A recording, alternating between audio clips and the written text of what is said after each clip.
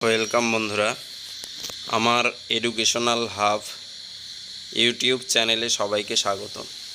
এই মুহূর্তে যে বিষয়টা নিয়ে আলোচনা করব আজকে, সেই বিষয়টা হচ্ছে নতুন এসএলএসটি সংক্রান্ত। তো নতুন এসএলএসটি সংক্রান্ত যে একটা নতুন বিজ্ঞপ্তি কিন্তু বেরিয়েছে। তো বিজ্ঞপ্তিটি বেরিয়েছে অফিসিয়াল ওয়েবসাইটে।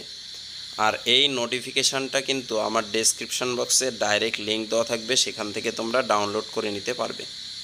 তো নোটিফিকেশানটা এত তাৎপর্যপূর্ণ কেন?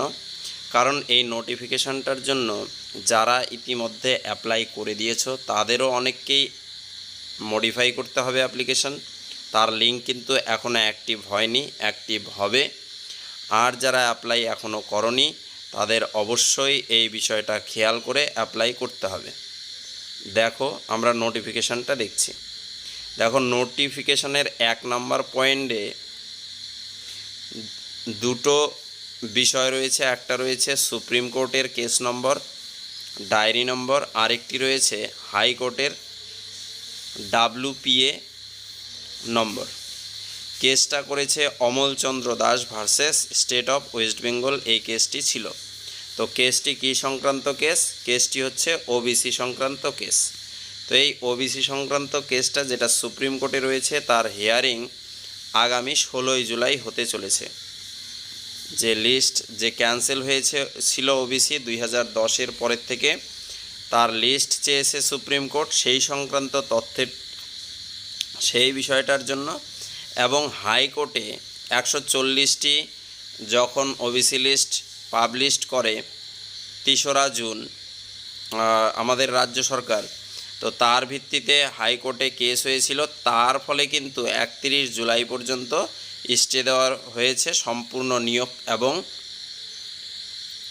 নিয়োগ এবং অ্যাডমিশন বা অন্যান্য প্রক্রিয়ার ক্ষেত্রেও। তো সেই জন্য কিন্তু এই নোটিফিকেশানটা পাবলিশ করেছে। সেই নোটিশ নাম্বার দুটো দেওয়া রয়েছে। কি বলেছে দেখো, তারপরে 2 নম্বরে বলেছে এর জন্য কি যারা এই ক্যাটেগরিতে আপলোড করেছো ওবিসি ক্যাটেগরিতে, অর্থাৎ এখানে, তো সেই ক্যাটেগরি কিন্তু চেঞ্জ করতে হবে, তার মডিফাই লিঙ্ক দিয়ে দেবে। আর যারা অ্যাপ্লাই করবে তাদের ক্ষেত্রে কিন্তু যে নতুন লিঙ্ক, সেটা কিন্তু ডাইরেক্ট তোমরা অ্যাপ্লাই করতে পারো, সেখানে কিন্তু নতুনভাবেই লিঙ্ক দেওয়া থাকবে। তারপরে কি বলেছে, any final decision will be subject to outcome of the pending legal proceeding and no right will accrue in favour of any applicants who may have already applied with certain category details. তো এই category অনুযায়ী যারা ইতিমধ্যে apply করেছো তাদের জন্য কিন্তু extra কোনো ছাড় বা তাদের ফেভারে কিছু করা, সেটা কিন্তু করা হবে না।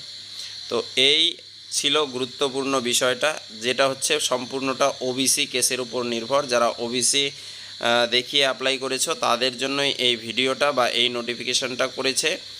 ক্যাটেগরি চেঞ্জ হয়ে যাচ্ছে কারো, সেই ক্যাটেগরি চেঞ্জ করার কথা বলা হচ্ছে। তো এই বিষয়টাই ছিল। তো এই ছিল ভিডিওটা। ভালো লাগলে বন্ধুদের সাথে শেয়ার করে দিও, লাইক করে দিও।